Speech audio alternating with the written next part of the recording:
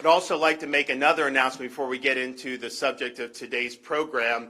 I think as many of you know, the Florida legislature is meeting this week to consider the congressional reapportionment plan for Florida for the next 10 years, and that is what they've been called upon to do. But I am announcing today that we are expanding the call of what they are going to be considering this week. And so, yes, they will be considering the congressional map, but they also will be considering termination of all special districts that were enacted in Florida prior to 1968, and that includes the Reedy Creek Improvement District.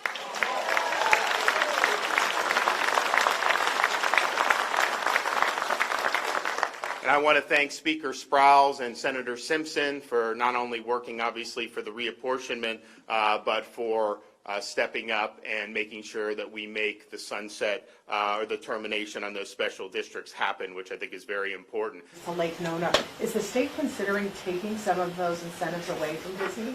So those are not Disney specific. They do not, people have been reporting they're getting all this. They have not qualified for any tax incentives. And I think what people are pointing to is just a general program that we have for every business.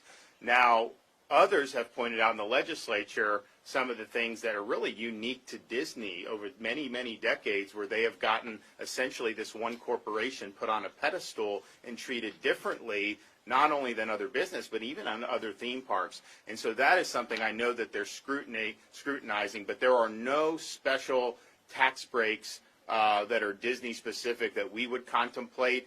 Anything that they would ever be eligible for would be ones that any business would be eligible for. Now, the legislature can certainly reevaluate that as a whole, but my view is we should just treat everybody equally.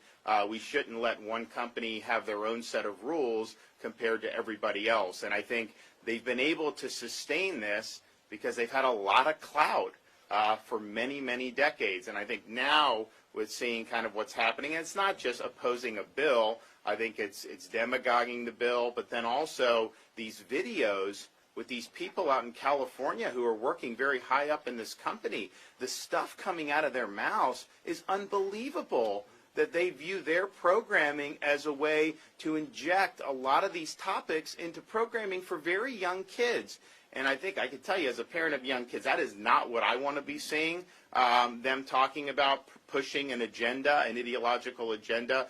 So I think there's a whole host of stuff, but it's really going to be up for the legislature to reevaluate. I could tell you, just as a matter of first principle, if you didn't have lobbying heft and you didn't have a lot of influence, I think a lot of those things that have accumulated over the years would probably not be justifiable.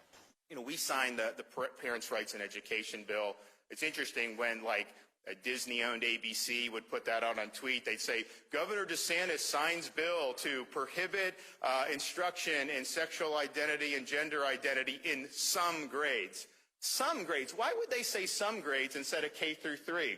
It's just amazing if you're trying to inform the... So you saw a lot of this. But then for Disney to come out and put a statement and say that the bill should have never passed and that they are going to actively work to repeal it, I think, one, was fundamentally dishonest, but two, I think that crossed the line.